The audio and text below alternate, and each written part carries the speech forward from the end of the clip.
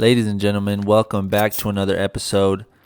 In today's video, we have a rear wheel hub replacement on a Honda Accord. Now, it's going to be the same from a 98 to 2002.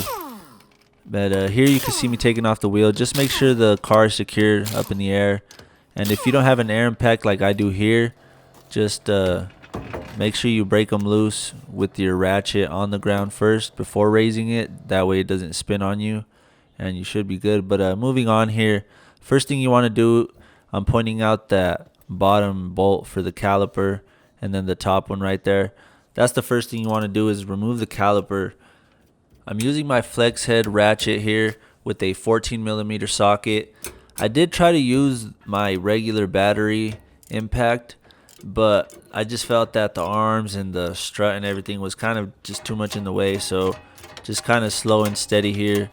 And then you'll see here in a minute with the bottom bolt, I started off good with the short socket. It's still a 14 on the bottom as well. But I tried moving on to a longer socket because here on this side, trying to get it from this angle, it was only like quarter turns at a time. Whereas on the other side, I tried to use the long socket and I just kind of got stuck. So if I would have just stayed here and be patient with it, I would have had no problems. And again, here, it is kind of a weird position. So just, slow and steady. Obviously, it would be nice to have one of those right angle Milwaukee impacts, but those are kind of expensive. So I feel like this just gives it more of an authenticity to what most people would have and the tools that would be available to them. Now here, I'm just trying to get the caliper in a safe spot.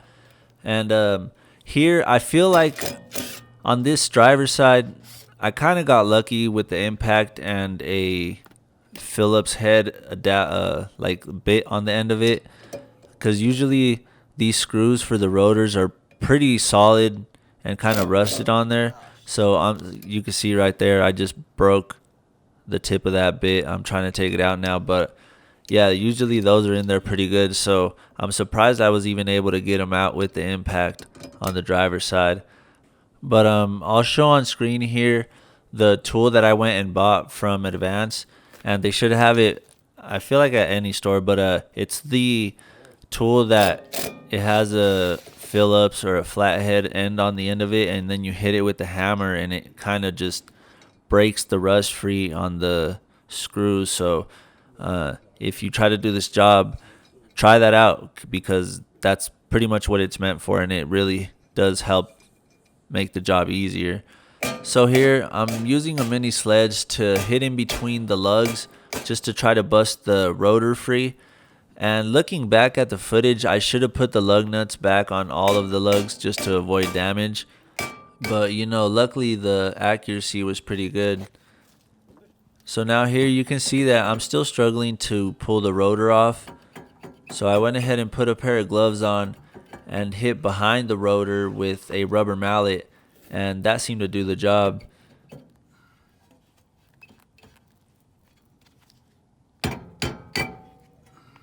So now we have the hub exposed, but before we can take it off, we have to remove this little cap. It's just a thin piece of metal that goes over the axle nut to protect it from the elements, the debris and dirt that gets all up in there.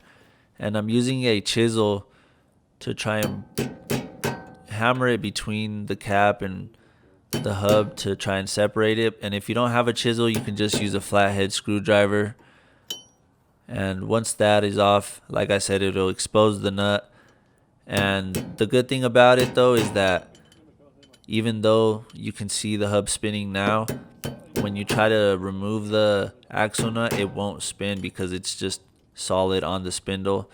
So you don't have to worry about that. If you don't have an air impact or anything, you can still use your breaker bar and you'll be fine.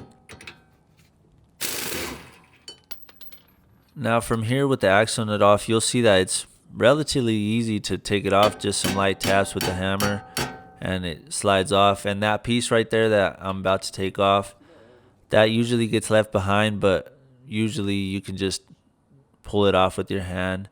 And there's the part number for the Moog wheel hub. But man, I always love looking at new parts.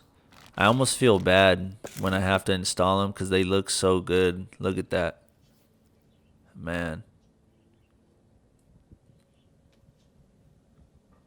But yeah, for sure, now that the new ones are on the car, it feels so much better. There's a look at the old one as well. Now here I'm using the same socket that I used for the axle nut to just tap the hub in. It shouldn't be too hard. It's just some light taps with the hammer and it should slide in there. Now there I'm just making sure it's all the way seated back and seeing how it feels. But yeah, putting the axle nut back on.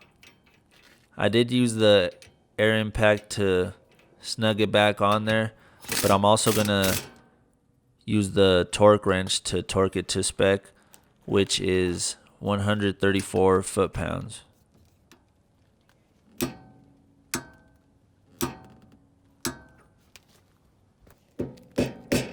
Now from here I'm staking the axle nut, which is the final step really. From here it's pretty much just the reverse of what we just got done doing there, just making sure it spins good, and then back on with the rotor.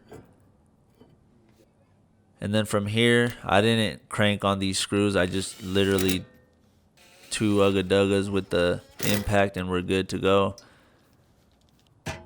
And then don't forget, I didn't show it, but also don't forget to, or I might have the footage here a little bit later, but yeah, don't forget the little cap for the axle nut.